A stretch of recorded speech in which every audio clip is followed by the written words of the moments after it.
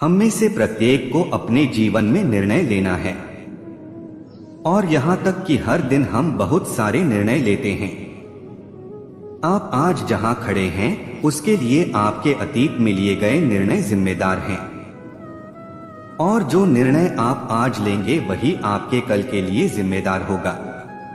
एक सही निर्णय आपको इस ग्रह पर सर्वोच्च व्यक्ति बना सकता है और एक गलत निर्णय आपको इस ग्रह पर सबसे खराब स्थिति में ले जा सकता है। ऐसे बहुत से लोग हैं जो श्रीमद् भगवद गीता को केवल एक पवित्र ग्रंथ मानते हैं, लेकिन सच तो यह है कि यह पवित्र ग्रंथ जीवन को बेहतर राह देगा। आज मैं आपको कुछ बातें बताऊंगा जिन पर आपको कोई भी निर्णय लेने से पहले विचार करना होगा। दरअसल ये बातें या सीख श्रीमद् भगवद गीता से ली गई हैं। ये सीख या बातें भगवान कृष्ण ने 5000 साल पहले दी थीं। श्रीमद् भगवद गीता सभी के लिए परम समाधान ग्रंथ है। यदि आप में से कोई भी खुद को जीवन की दौड़ में फंसा हुआ पाता है तो एक बार प्रयास करें और इस पुस्तक को पढ़ें और मुझे यकीन है कि आपको अपनी समस्याओं का समाधान मिल जाएगा। हमारी पीढ़ी के साथ समस्या यह है कि वह श्रीमद् भगवद गीता को एक पवित्र पुस्तक मानती है और सोचती है कि इसे केवल बुढ़ापे में ही पढ़ा जाना चाहिए। लेकिन सच तो यह है कि बेहतर और उद्देश्यपूर्ण जीवन जीने के लिए प्रत्येक युवा के लिए यह अवश्य पढ़ी जाने वाली पुस्तक है। कभी भी अपनी भावनाओं के आधार पर निर्णय न लें। महाभारत के युद्ध के दौरान अर्जुन ने अपने चचेरे भाइयों और रिश्तेदारों के खिलाफ लड़ने से इनकार कर दिया क्योंकि इससे उन्हें दुख होता था, लेकिन भगवान कृष्ण ने उन्हें सही रास्ता दिखाया। आधुनिक दुनिया में हम देख सकते हैं कि एक छात्र फिल्म देखते समय खुशी महसूस करता है, वहीं दूसरी ओर पढ़ाई से उसे बोरिंग और उदासी महसूस होने लगती है। लेकिन लंबे समय तक पढ़ाई करना विद्यार्थी के लिए फायदेमंद रहेगा। इसलिए कोई भी निर्णय लेते समय अपनी भावनाओं को किनारे रखें। यदि कोई निर्णय आपको बेहतर महसूस करा रहा है तो इसका मतलब यह नहीं है कि यह आपके लिए अच्छा है, क्योंकि भावनाएं अस्थायी होती हैं। अति भावुकता में निर्णय लेने से बचें। भगवद गीता के अध्याय 6 में श्री कृष्ण कहते हैं कि हमें अपने जीवन में संतुलन बनाए रखना होगा। इसलिए जब आप बहुत खुश या बहुत दुखी महसूस कर रहे हो तो कोई निर्णय न लें। ऐसी स्थिति में लिया गया निर्णय अधिकतर आपको सबसे बुरी स्थिति में ले जाता है। उदाहरण के तौर पर अगर आप बहुत ज्यादा खुश हैं और कोई आपसे कुछ भी पूछता है तो आप खुशी खुशी उस व्यक्ति को किसी भी चीज के लिए हाँ कह देंगे। और इसी तरह अगर आप बहुत ज्यादा दुखी हैं तो अगर कोई आपसे पूछे कि आप कैसे हैं तो इससे भी आपको दुख हो सकता है। दरअसल जब हम बहुत ज्यादा खुश या बहुत ज्यादा दुखी होते हैं तो हमारा दिमाग कुछ अलग तरह से प्रतिक्रिया करता है। इसलिए अति भावुकता में निर्णय लेने से बचें।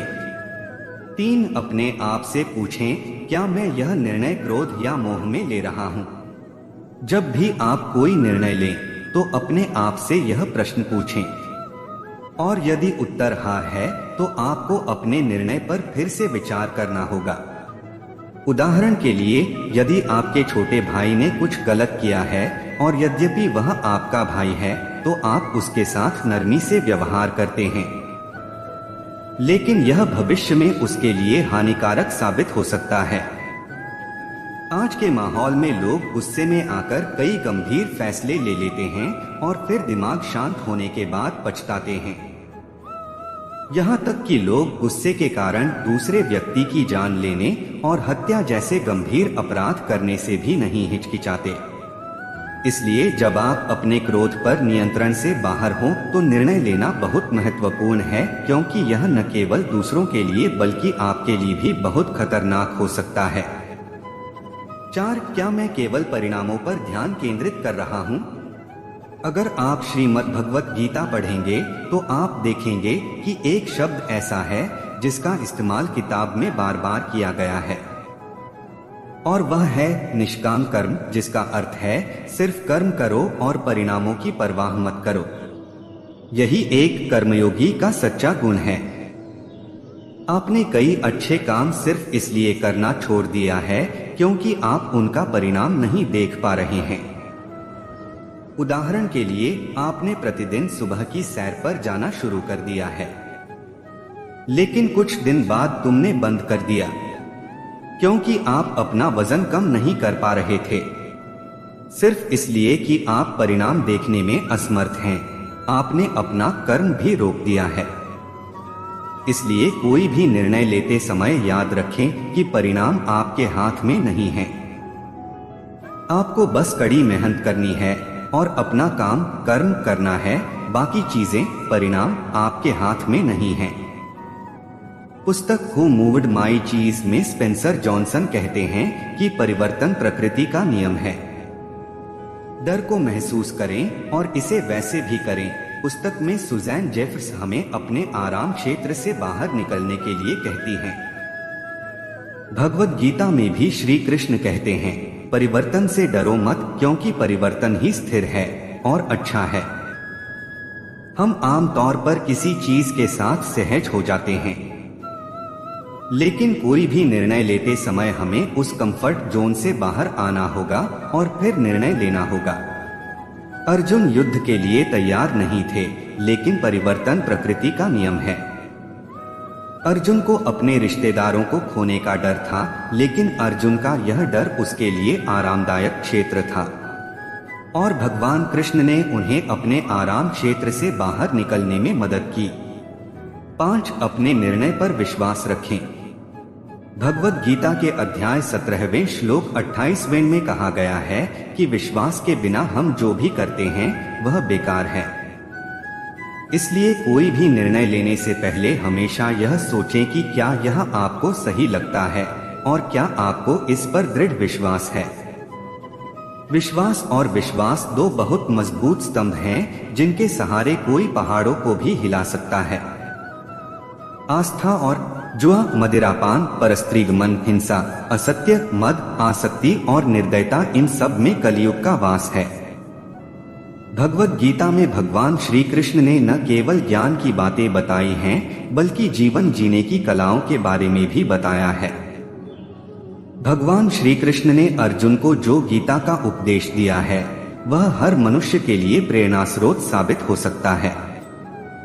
गीता में भगवान श्री कृष्ण अर्जुन को उपदेश देते हैं कि जो भी मनुष्य भगवद गीता की 18 बातों को अपनाकर अपने जीवन में उतारता है वह सभी दुखों से, वासनाओं से, क्रोध से, ईर्ष्या से, लोभ से, मोह से, लालच आदि के बंधनों से मुक्त हो जाता है। आगे जानते हैं भगवद गीता की 18 ज्ञान की बातें। एक आनंद मनुष्य के भीतर ही निवास करता है, परंतु मनुष्य उसे स्त्री में, घर में और बाहरी सुखों में खोज रहा है। 2. श्री कृष्ण कहते हैं कि भगवान उपासना केवल शरीर से ही नहीं बल्कि मन से करनी चाहिए। भगवान का वंदन उन्हें प्रेम बंधन में बांधता है। 3. मनुष्य की वासना ही उसके पुनर्जन्म का कारण होती है। 4. इंद्रियों के अधीन होने से मनुष्य के जीवन में विकार और परेशानियां आती है। 5. संयम यानी धैर्य, सदाचार, स्नेह और सेवा जैसे गुण सत्संग के बिना नहीं आते हैं। 6. श्री कृष्ण कहते हैं कि मनुष्य को वस्त्र बदलने की आवश्यकता नहीं है, आवश्यकता हृदय परिवर्तन की है। 7. जवानी में जिसने ज्यादा पाप किए हैं उसे बुढ़ापे में नींद नहीं आती। 8. भगवान ने जिसे संपत्ति दी है उसे गाय अवश्य रखनी चाहिए। 9. जुआ, मदिरापान, परस्त्रीगमन, अनैतिक संबंध, हिंसा, असत्य, मद, आसक्ति और निर्दयता, इन सब में कलियुग का वास है। 10. अधिकारी शिष्य को सद्गुरु, अच्छा गुरु अवश्य मिलता है। 11. श्री कृष्ण कहते हैं कि मनुष्य को अपने मन को बार बार समझाना चाहिए कि ईश्वर के सिवाय उसका कोई नहीं है। साथ ही यह विचार करना चाहिए कि उसका कोई नहीं है, साथ ही वह किसी का नहीं है। 12. भोग में क्षणिक, क्षण भर के लिए सुख है, साथ ही त्याग में स्थायी आनंद है। 13 श्री कृष्ण कहते हैं कि सत्संग ईश्वर की कृपा से मिलता है, परंतु कुसंगति में पड़ना मनुष्य के अपने ही हाथों में है। 14 लोभ और ममता किसी से अधिक लगाव पाप के माता पिता हैं। साथ ही लोभ पाप का बाप है। 15 श्री कृष्ण कहते हैं कि स्त्री का धर्म है कि रोज तुलसी और पार्वती का पूजन करें। 16 मनुष्य को अपने मन और बुद्धि पर विश्वास नहीं करना चाहिए, क्योंकि ये बार बार मनुष्य को दगा देते हैं। खुद को निर्दोष मानना बहुत बड़ा दोष है। 17 यदि पति पत्नी को पवित्र जीवन बिताएं तो भगवान पुत्र के रूप में उनके घर आने की इच्छा रखते हैं। 18 भगवान इन सभी कसौटियों पर कसकर जांच परख कर ही मनुष्य को अपनाते हैं।